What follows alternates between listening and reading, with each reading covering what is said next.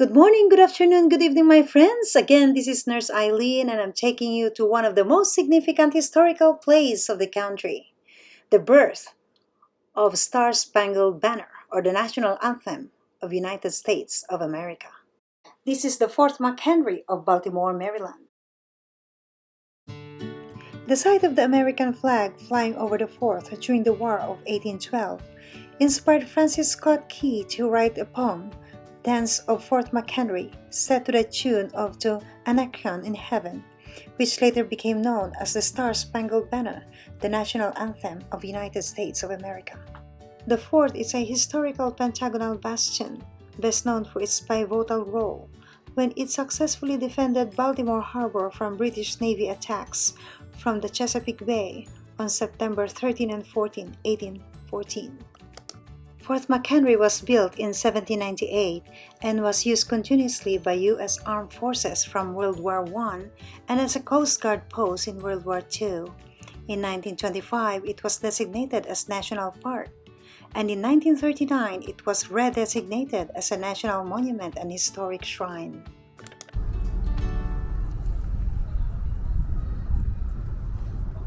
Oh yes, there are a lot of cherry trees in Fort McHenry, and you will see a lot more of them as we take our walk.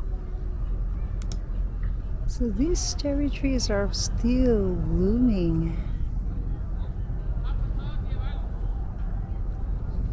It's pink hue.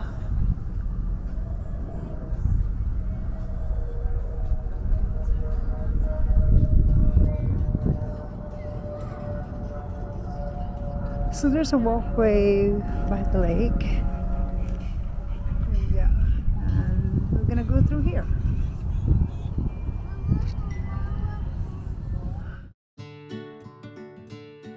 At present day, the fort has become a center of recreation for locals as well as prominent tourist destination.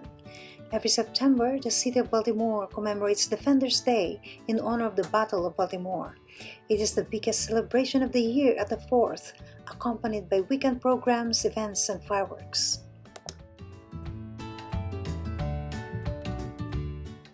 I can't ask for more of the cherry blossom season of this year. I've seen them in Washington, D.C., and now here in Fort McHenry, and there's really a lot too.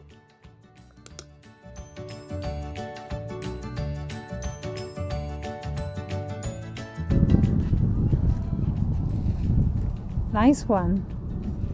Thanks. Yes, very beautiful. You got a good spot here. Yeah, it looks nice. Very, very, very nice.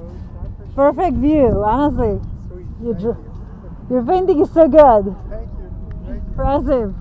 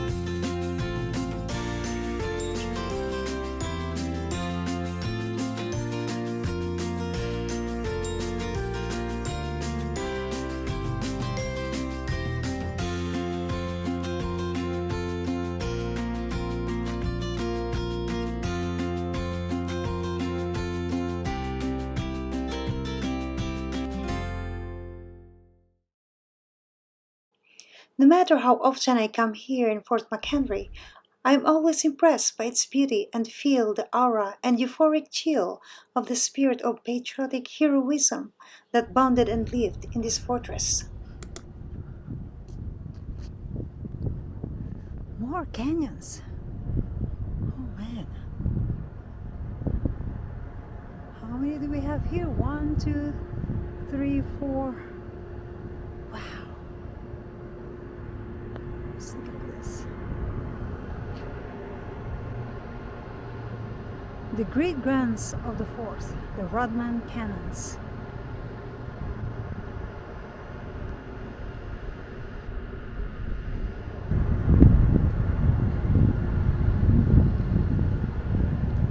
so beautiful. Ooh.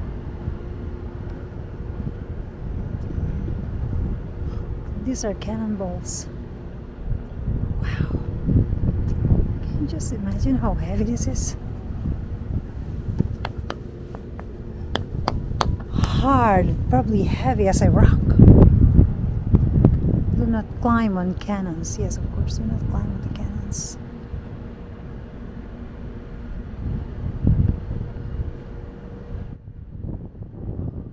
And of course, Fort McHenry was named after American statesman James McHenry, a native of Baltimore, born into a Scottish-Irish immigrant family. He is also a surgeon soldier and the Secretary of War of President George Washington. During the Battle of Baltimore or War of 1812, an American storm flag 17 by 25 feet was flown over Fort McHenry during the bombardment. In the early morning of September 14, 1814, it was replaced with a larger American garrison flag 30 by 42 feet. This flag signaled the victory of Americans over the British. There's a lot of people here around right now too. It's neatly maintained and it's still very, very beautiful.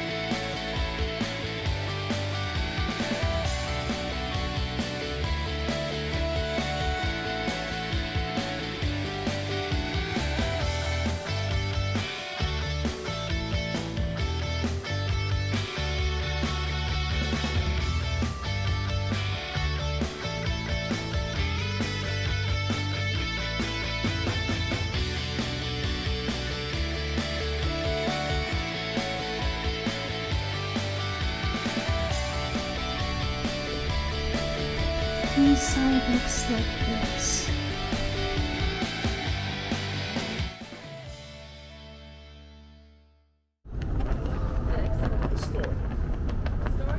The store. Each one is a... And that's the gate. During the war in 1812, the fort is under the command of the experienced and brave 34-year-old Major George Armistead. In this room, he met with his two most experienced officers about the plan, arms, and tactics to use against the British forces. Yes. So the fort has been surrounded by a walkway, the cherry trees also, the green grass, and all the beautiful views.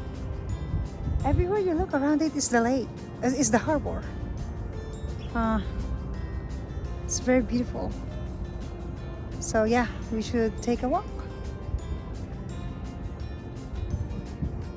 I thought I could come here in Fort McHenry every day.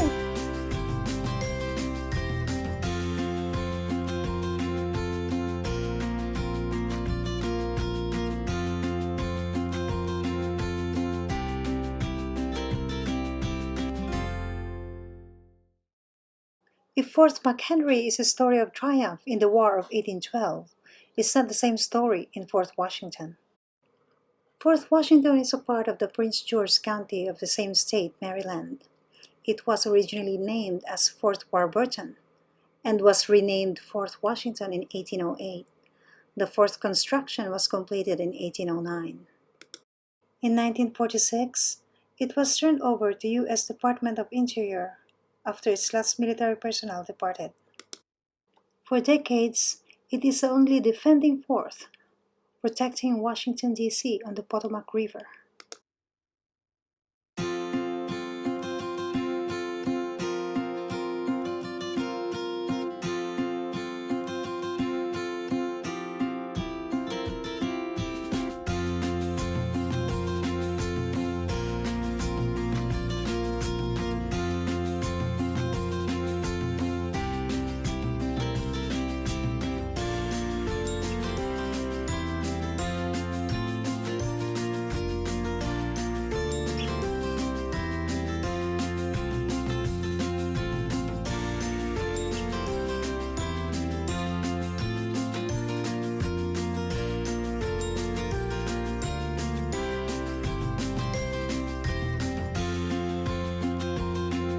Alam mo, pag napunta ka dito, para kang nag-time travel. Para kang napunta sa 18th century. Kung makikita yung mga trees, lalo na pag mga ganitong weather, gloomy, old building, like the trees. So what's the story behind why the fort failed in the War of 1812? During the War of 1812, the fort was destroyed by its own garrison during the British advance. The garrison at Fort Washington in August 1814 consisted of only 71 soldiers, with 15 unable to fight. New commander Captain Samuel Dyson assumed command on August 17, 1814, the same day the British fleet invaded Potomac River. Captain Dyson did not have a chance to test any of the fort's cannons or guns, and he found the fort poorly equipped. With the number of men he has, he can only operate 5 cannons. Some of them cannot even be repeatedly fired. When British troops stormed and overpowered the fort, the troop of Captain Dyson voted to retreat, but not before deliberately blowing the stronghold so the British forces cannot use it. After the war, the fort was reconstructed in 1824 and was extensively remodeled in 1840s and 1890s. Today, it is called Fort Washington Park, with 3-mile hiking and biking paths, with a river view and scenic venue for picnics, fishing, and other outdoor recreations.